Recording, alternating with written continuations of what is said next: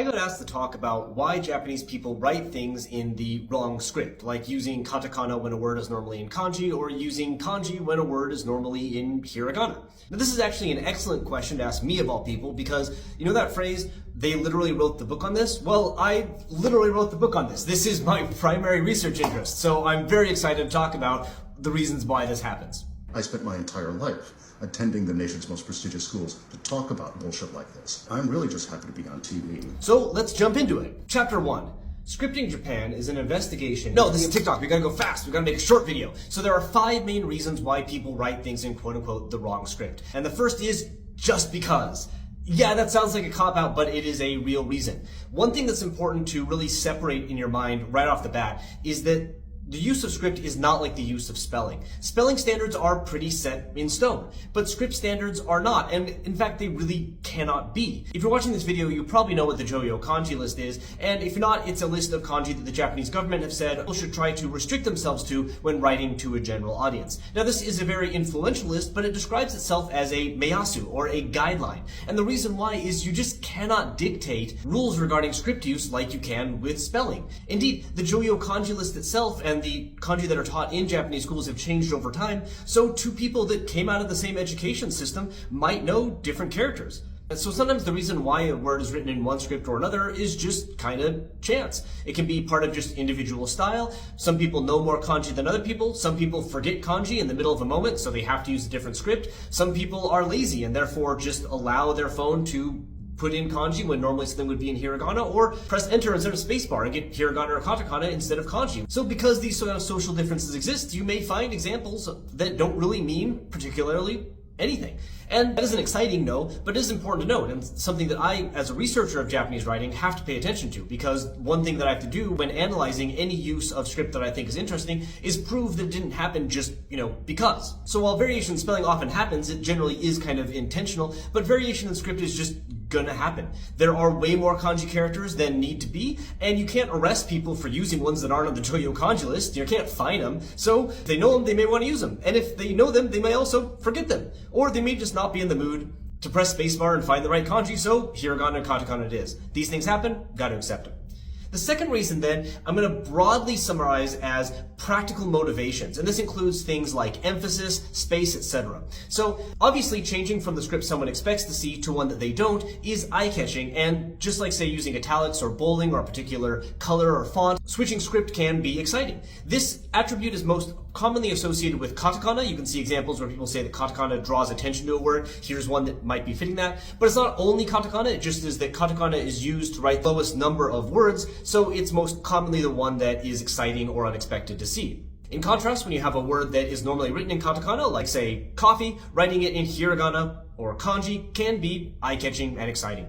There are also then issues of space. Words that are normally written in hiragana or katakana can sometimes be shrunk down into kanji because there just isn't room. This coffee shop here, for instance, you can see that by using the kanji for coffee, you get a nice 2-2 pairing, whereas if you use the katakana, it would be 2 and then 4, which doesn't really fit the amount of space that is there for the coffee shop's name. Indeed, in my own research, I encountered a manga artist who had used katakana watashi for a character's first-person pronoun throughout the manga, but there was one panel where they used the kanji watashi. I was like, oh, that's interesting, and I interviewed them about it, asking them, hey, is there a specific reason you switched here? And they said, oh, I hope no one actually saw that. But basically there wasn't enough space in the word bubble, so I wasn't happy with it, but I just had to put it in kanji, otherwise it wouldn't fit.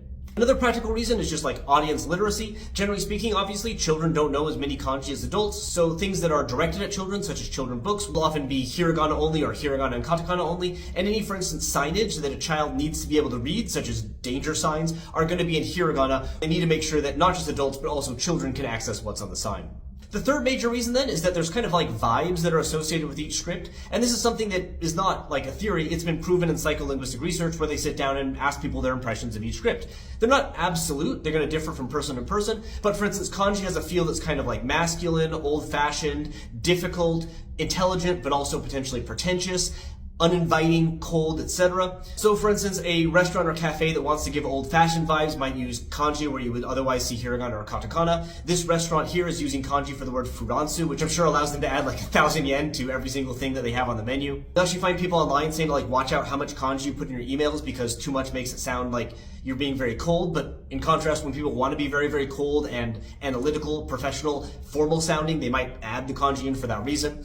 Hiragana then, on the other hand, is said to be like childish, cute, soft, feminine, etc. For instance, here you can see a advertisement for a bread brand called Furansu Kazoku, and obviously, you could just write it in katakana and kanji, but kanji Furansu Kazoku, that's not inviting. You don't want kanji bread. But hiragana, oh, the bread is soft, it's fluffy, right? It gives you that kind of vibe. You can see this as well is, for instance, a non-standard use of hiragana that's meant to be kind of cute. And in comics, again, you can see children that will speak in hiragana to give that kind of childish feel.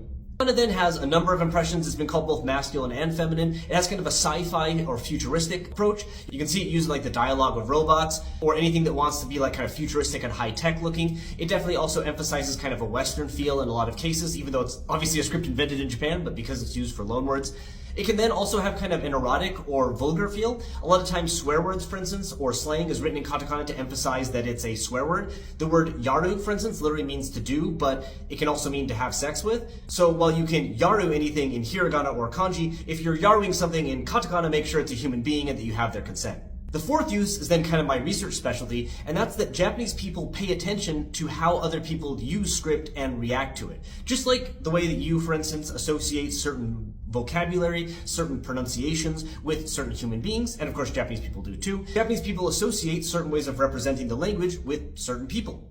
For instance, a young girl might want to use hiragana because it has that cute image, but people might view that young girl using that hiragana and think, oh, okay, young women use hiragana, and therefore either avoid it or adopt it depending on what kind of identity they're trying to give off. Throughout my research, I've seen tons of examples of this. Here's a quote from an upcoming paper I have where you can see somebody associate different scripts with, for instance, different generations. And in one of the most complex examples I looked at, there's a phenomenon called Ojisan Goko, now known as Ojisan Kobu. Women pretend to be lecherous older men and message their friends, hitting on them, trying to get them to go to love hotels, etc. And the way they do this obviously involves, choices like masculine first-person pronouns, sexual comments, etc. But a lot of it's done through script because what happened, the way that this kind of all came together, is that Japanese women that were involved in the kind of dating, sexual services industry, etc., were using katakana not only because marked katakana use was kind of a youth practice a few years ago, it's a bit old hat. I have data with young people saying that now old people use it.